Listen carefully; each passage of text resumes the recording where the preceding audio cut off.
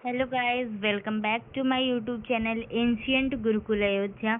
मैं हूं कृतिका और आप सभी के लिए लेकर आ गई हूं एनसीईआरटी क्लास 6 सिविक्स चैप्टर 1 में जो पार्ट 3, 4 एंड 5 एक्सप्लेन किया गया है।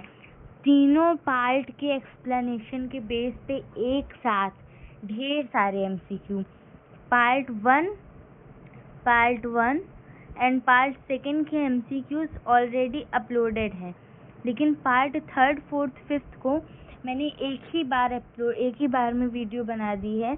आपको इसी में देखना पड़ेगा। ढेर सारे एमसीक्यूज हैं जो कि आपके एग्ज़ाम में 110% आते हैं और आपकी बोर्ड की प्रिपरेशन अभी से होगी, क्योंकि बोर्ड में भी एमसीक्यूज बहुत ही घुमा के क्वेश्चंस पूछते हैं। मोस्टली बच्चों का नंबर एमसीक्यूज में ही कटता है। एक एमसीक्यू 1 नंबर का होता है, तो फिर जिसमें अगर एक एमसीक्यू गलत तो 1 नंबर तुरंत उड़ गया। तो आ जाते हैं अपने टॉपिक पर। तो एमसीक्यू, हाँ, क्वेश्चन नंबर फर्स्ट क्या कह रहा है हमारा? क्वेश्चन नंबर फर्स्ट है, in the imaginary place people वोर ओनली विच 2 कलर्स। जो इमेजिनरी प्लेस है, यानी कि रियल प्लेस नहीं, वो एक इमेजिनरी प्लेस होगा जिसे हम लोगों ने अपने माइंड में इमेजिन किया, अपने माइंड में केवल सोचा है। वो कोई रियल लाइफ का प्लेस नहीं है कि मतलब कोई जैसे लद्दाख हो गया हमारा, यूपी बिहार, ये सब रियल लाइफ के प्लेसेस हैं।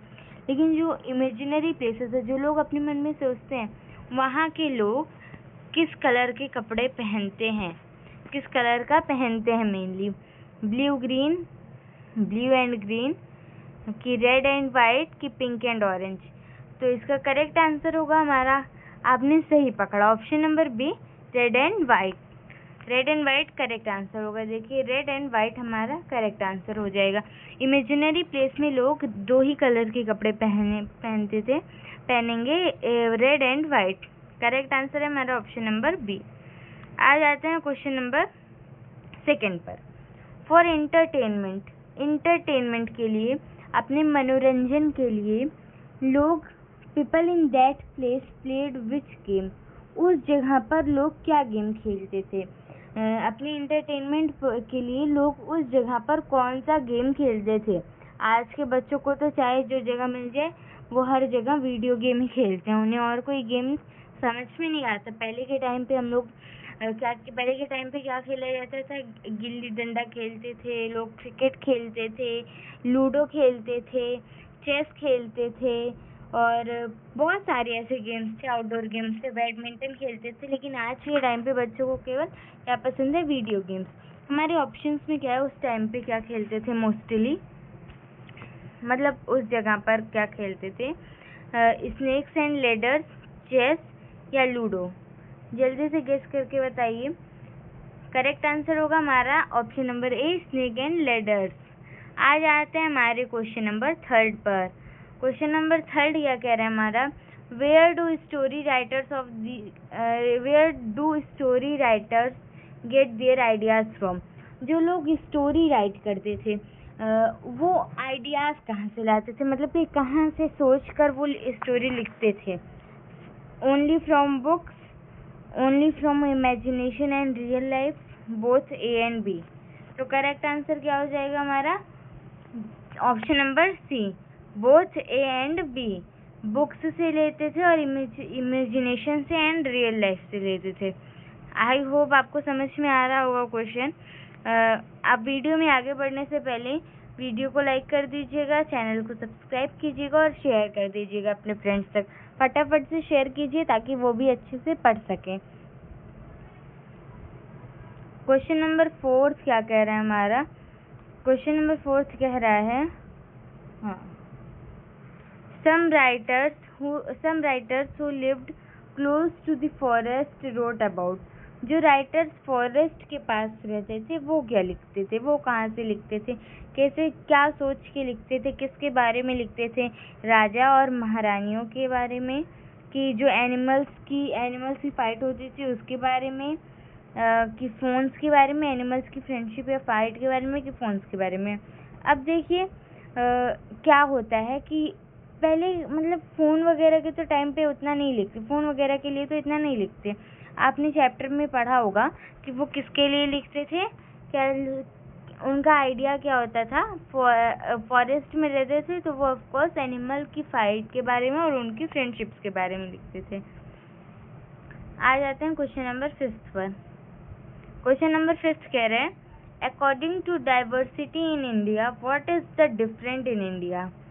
इंडिया की डाइवर्सिटी इन इंडिया, इंडिया में जो डाइवर्सिटीज है, इंडिया में किस चीज़ की डाइवर्सिटी है। देखिए इंडिया एक डाइवर्स कंट्री है। यहाँ पे हर जगह पे लोग अलग अलग प्रकार के। साउथ में आ जाए तो उनका खान पान रहन सहन हमारे नॉर्थ से बहुत अलग है। नॉर्थ में आ जाए तो उनका खान पान रहन सहन हमारे साउथ से बहुत अलग है। हमारे ईस्ट का रहन सहन हमारे वेस्ट से बहुत अलग है। सेंट्रल इंडिया में मानसून अलग है, जियोग्राफिकल कंडीशंस अलग हैं, हिस्टोरिकल कंडीशंस अलग हैं। साउथ में कुछ और है, नॉर्थ में कुछ और है, ईस्ट में कुछ और है, वेस्ट में कुछ और है। वो लोग कुछ खाते हैं, इधर के लोग कुछ खाते हैं।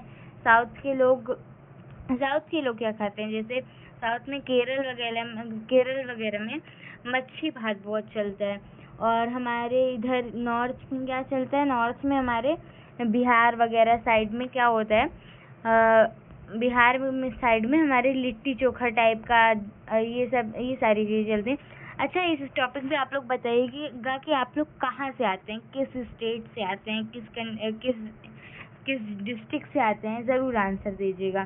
तो हमारे इंडिया की डाइवर्सिटीज़ के अकॉर्डिंग इंडिया में डिफरेंट क्या है। लैंग्वेज, फूड, फेस्टिवल, रिलीजन, केवल क्लोथ्स की कुछ भी नहीं। ये ऑप्शन सी तो एकदम गलत हो जाएगा। ऑप्शन बी भी नहीं सेटिस्फाएंगे। जब ऑप्शन सी ए दिया गया है तो सबसे करेक्ट आंसर होगा हमारा ऑप्शन नंबर ए, सेटिस्फाइंग आंसर। ये सारे क्वेश्चंस बेटा एग्जाम में ज़रूर आएंगे, भले एमसीक्यू के फॉर्म में ना आए, वेरी शॉर्ट आंसर टाइप में आ जाएंगे, मैच द फॉलोइंग टाइप में आ जाएंगे, बहुत सारे फॉर्म में आएंगे। इसलिए एमसीक्यू में हम आपको एकदम छोटे से छोटा, बड़े से बड़ा आंसर कराते हैं। आ जाते हैं क्वेश्चन नंबर 6 पर। 200 ईयर्स एगो, 200 साल पहले लोग ट्रेन के पहले किस चीज़ से ट्रेवल करते थे।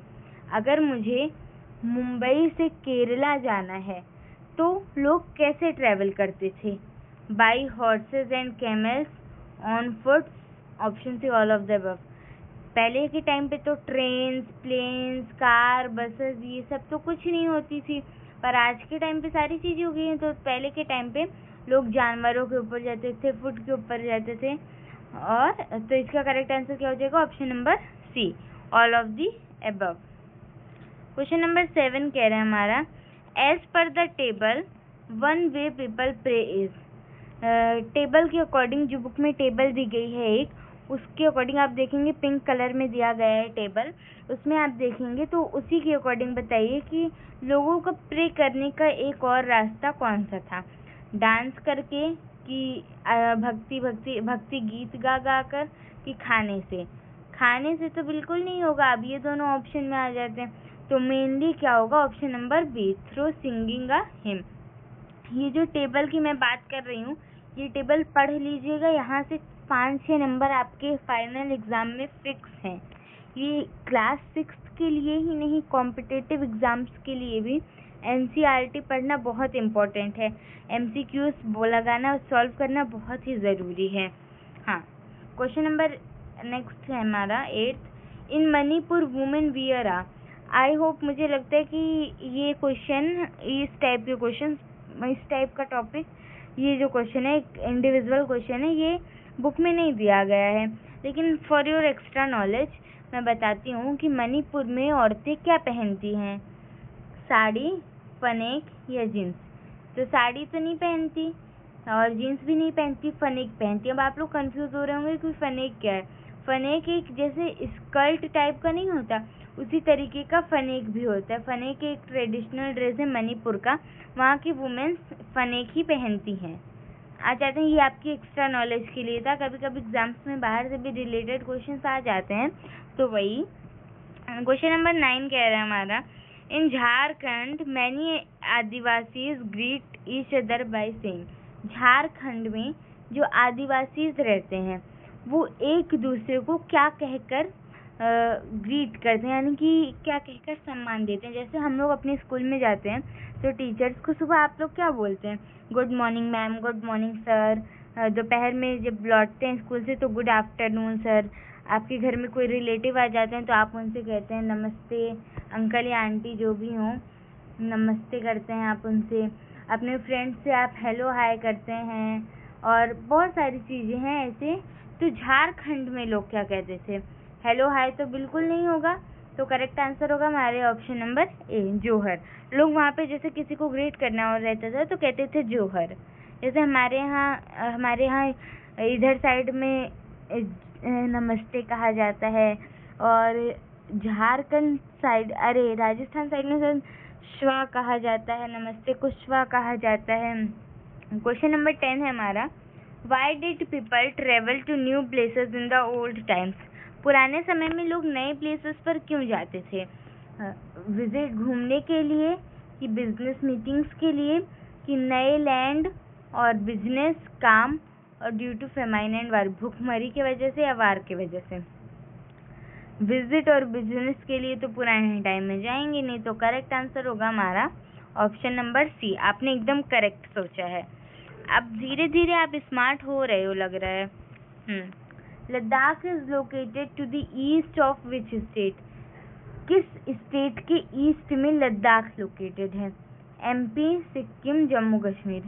एमपी तो हमारा मिडिल में आ जाएगा, गुजरात के पास, गुजरात वाले रीजन में, और सिक्किम तो हमारा उधर साइड आ जाएगा, ईस्ट साइड में, नॉर्थ ईस्ट में।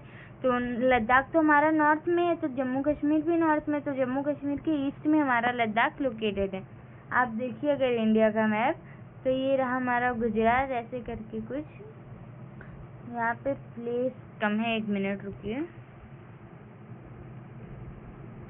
अगर ये ऐसे बनाते हैं हम लोग, तो ये रहा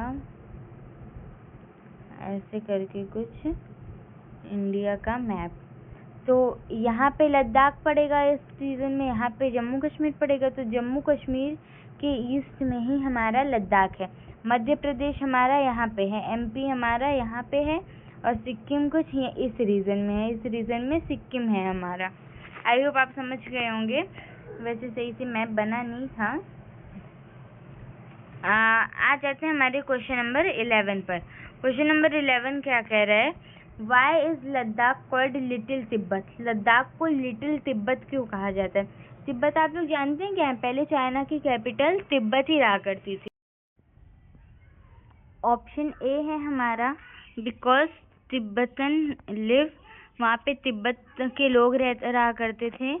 ऑप्शन बी है, because Buddhism has a strong influence, वहाँ पे बुद्धिज़्म वाले लोग ज़्यादा रहते हैं। ऑप्शन सी है कि वहाँ पे बहुत ठंडी होती थी। तो ऑप्शन सी का तो लिटिल तिब्बत से कोई रिलेशन ही नहीं है, और करेक्ट आंसर होगा तो हमारा ऑप्शन नंबर बी, वहाँ पे बुद्धिज़्म का स्ट्रॉन्ग इन्फ्लुएंस था। आ जाते हैं हमारे क्वेश्चन नंबर 13 पर। What do people in Ladakh depend on for water? Ladakh में लोग वाटर के लिए किस चीज़ पर डिपेंड रहते थे? क्या चीज़ के लिए वो डिपेंड करते थे? नदियों पर, कि बर्फ़ के पिघलने पर, कि कुओं पर? तो करेक्ट आंसर होगा हमारा option number B, melting of snow. जब वहाँ पे लद्दाख में तो आइसी रीजन होता है, वहाँ पे बर्फ़ बहुत रहती है, तो जब गर्मियाँ आती हैं, थोड़ा टेम्परेचर बढ़ता है, तब वहाँ पे मेल्टिंग ऑफ स्नो होता है, तब वही वाटर वो लोग लेते हैं। What do people in Kerala mainly eat? Mainly लोग केरला में क्या खाते हैं? मीन्स केरल का ट्रेडिशनल फूड क्या चीज़ है?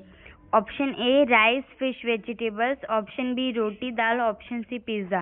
पिज़्ज़ा तो बिल्कुल नहीं होगा, रोटी दाल भी नहीं होगा, वहाँ पे लोग मच्छी भात और सब्जियाँ खाते हैं। आ जाते हैं हमारे क्वेश्चन नंबर 15 पर। क्वेश्चन नंबर 15 है, Ladakh was a trade route to which country? Ladakh किस कंट्री का ट्रेड रूट है, यानी कि किस कंट्री, हमारे यहाँ जब ट्रेड होता है तो वो कहाँ पे लद्दाख के थ्रू जाता, यानी कि लद्दाख से जो ट्रेड होता है वो किस कंट्री में जाता है? ट्रेड रूट क्या है लद्दाख का, किस कंट्री से? तिब्बत से, कि नेपाल से, कि पाकिस्तान से? अब देखिए यहाँ पे कंफ्यूजिंग क्या होता है बच्चों के लिए। नेपाल तो मान लीजिए बच्चे कट कर देते हैं ऑप्शन से, क्योंकि नेपाल हमारा इधर साइड में है, ईस्ट साइड में, और बचा तिब्बत और पाकिस्तान। हमारा जो ऊपर का रीजन है ऐसे, यहाँ से यहाँ पे पाकिस्तान का रीजन है और फिर इधर तिब्बत का रीजन है। तो लद्दाख से ट्रेड तिब्बत में जाता है। पाकिस्तान में कुछ बच्चे सोचते हैं कि पाकिस्तान की जस्ट बगल ही है लद्दाख, तो लद्दाख का ट्रेड रूट क्या होगा, पाकिस्तान होगा। लेकिन ये पूरी तरीके से रॉन्ग है। ये क्या है, पूरी तरीके से गलत है। लद्दाख का मेन ट्रेड रूट क्या होगा, तिब्बत में जाता है, वहाँ से चीज़ें। अब आ जाते हैं क्वेश्चन नंबर 15 पर। तो करेक्ट आंसर इसका होगा हमारा ऑप्शन नंबर है तिब्बत। क्वेश्चन नंबर 16 क्या कह रहा है, हाँ, हु सिंग्स केसर सागा इन लद्दाख। लद्दाख में केसर सागा कौन गाता था? बोथ मुस्लिम एंड बुद्धिस्ट, कि ओनली बुद्धिस्ट की मुस्लिम्स? तो करेक्ट आंसर होगा, आपने एकदम सही पकड़ा है, ऑप्शन नंबर ए हमारा, बोथ मुस्लिम्स एंड बुद्धिस्ट। आ जाते हैं क्वेश्चन नंबर 17 पर। क्वेश्चन नंबर 17 क्या कह रहा है, what is Kerala attracted traders. Kerala व्यापारियों को क्या चीज से अट्रैक्ट करता है, वहाँ का फेमस क्या है, ये पूछना चाहता है। रुइयों से, कि आयरन से, कि स्पाइसेस से?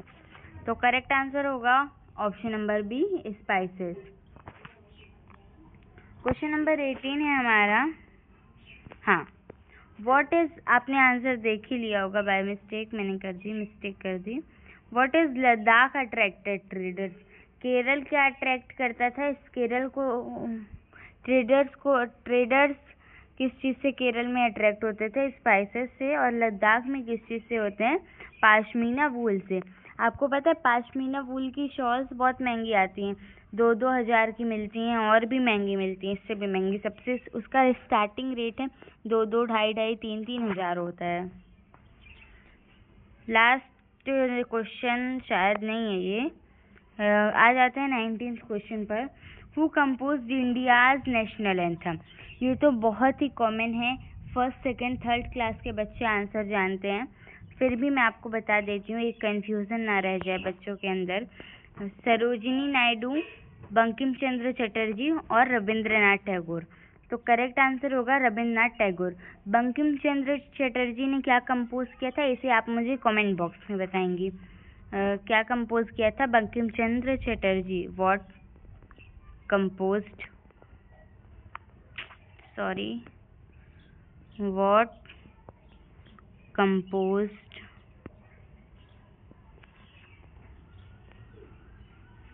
ही, उन्होंने क्या कंपोज किया था? आप समझ जाइएगा, आप समझदार हैं इतने, तो इसका आंसर मुझे कमेंट में बताते हुए जाइएगा। हाँ, बस हमारा इतना ही है। तो तीनों पार्ट का मिलाकर मैंने टोटल 19 के मैंने टोटल आपको 20 क्वेश्चंस दे दिए हैं। आई होप आपको ये सारे क्वेश्चंस बहुत अच्छे लगे होंगे, बहुत अच्छे से समझ में आए होंगे। चैप्टर बहुत ही इंटरेस्टिंग था। हमने हमारे पूरे इंडिया को इस चैप्टर में देख लिया, हम पूरा इंडिया घूम चुके हैं इस चैप्टर के थ्रू। SST एक ऐसा सब्जेक्ट है जिसके थ्रू आप पूरे वर्ल्ड में अपने पूरे इतिहास को देखते हैं, अपनी पूरी दुनिया को देखते हैं, अपने इंडिया में क्या हो रहा है, दुनिया में क्या हो रहा है, कैसी गवर्नमेंट है, कैसी इकोनॉमिकल कंडीशन है, सारी चीज़ें देखते हैं। SST एक बहुत ही इंटरेस्टिंग सब्जेक्ट है, आगे चल के बहुत काम भी देता है हर चीज़ में, आपको एक अच्छी परख देता है राजनीति को लेकर, हर एक चीज़ को लेकर, हर एक टॉपिक को लेकर। तो आई होप आपको चैप्टर बहुत अच्छे से समझ में आया होगा। ये जो ये जो क्वेश्चंस थे, MCQs थे, ये तीनों पार्ट के बेस्ड पे जो एक्सप्लेनेशन हुआ था, ये तीनों पार्ट के उसी के बेस्ड पे है। तीनों का मैंने एक साथ ही बना दिया है। अगर वीडियो अच्छी लगी हो तो वीडियो को लाइक कीजिएगा, चैनल को सब्सक्राइब कीजिएगा, एंड मिलते हैं नेक्स्ट चैप्टर में। तब तक के लिए bye bye, thank you, have a nice day.